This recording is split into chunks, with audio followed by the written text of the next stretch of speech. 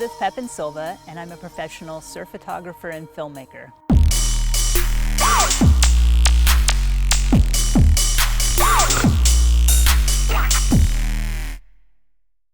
I grew up in San Francisco. Actually, the first house that I lived in as a baby was at Ocean Beach, which is a notorious surf break. I always was intrigued by surfing, and I just thought it was the coolest thing. Someone gave me a board, and I was 21, and I just fell in love with it.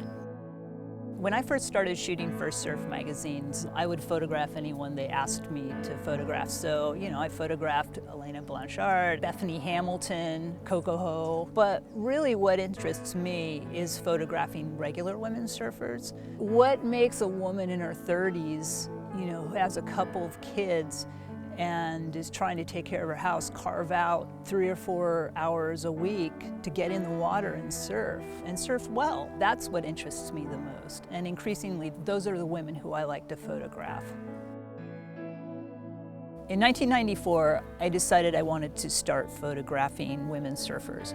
And the reason I wanted to focus on women surfers is because I saw, at that time, all of a sudden, a lot of women starting to take to the water in ways that I had not seen before. Before, if I saw 1 or 2 women during a surf session, it was a miracle. So around '94, I started seeing more women take to the water, but the surf magazines were really off the back and still just showing women standing in bikinis on the beach watching their dudes surf. And I thought that was a completely missed opportunity and not acknowledging what was happening out in the surf communities, not only in the United States, but around the world.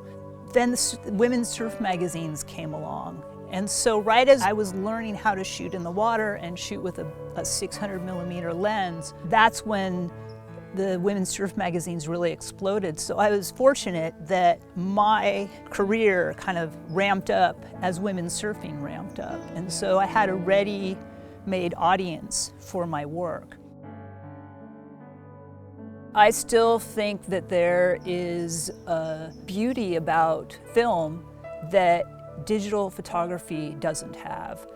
I feel that my photographs have made people think about the way women surfers and women athletes as a whole are looked upon. Why are the women always held to a different standard? Why do you have to be a beautiful woman to be sponsored, to be able to make surfing as a career? When I first started photographing women surfers, I started out doing black and white portraits. And still to this day, one of my most favorite black and white portraits of a woman surfer is actually of a girl named Rachel. And so on that day, her dad was teaching her to surf. She hadn't gotten in the water yet, and I walked up to her and her father and asked if I could photograph her, and they said sure. And so I simply posed her standing there in her wetsuit, holding her surfboard, and she's looking straight at the camera. And it's beautiful, and it really seems to resonate with a lot of people. It's been one of my better sellers. She's not smiling, she just has this steady gaze of determination, and I think that that resonates with a lot of people that are learning to surf. They can relate to the way she's feeling as she's about to go out on a board for her first time. Another photograph I really like is called Dark Days at Mavericks. So when you're at Mavericks, it breaks in the winter, oftentimes very foggy. It's a half-mile offshore. So just looking at it, it's kind of grainy in a way. And so I utilized the grain in the Ilford Delta 400 to give the viewer that feeling of what it's like to stand on a cliff at Mavericks. These 2 giant waves, one's just breaking and one has already broken into the rocks, which are in the nearshore area at Mavericks. And you see this tiny surfboard in the crest of the second wave, and you know someone is at the bottom of the wave there, just about to get annihilated. It's a pretty gnarly photograph, because at first you just think it's a photograph of a big wave, and then you look more closely and there's that surfboard just sticking up. A favorite water shot of mine is of my film partner Sally Lundberg's daughter, Kiai. Sally surfed up until a week before she had Kiai. When Kiai was 4 months old, she was put on a board for the first time, and the kid hasn't stopped surfing since. So this photograph, it was pretty clear, so I wanted to experiment with doing some underwater shots. So I had Sally take the short board with Kiai on the front of it and duck dive waves.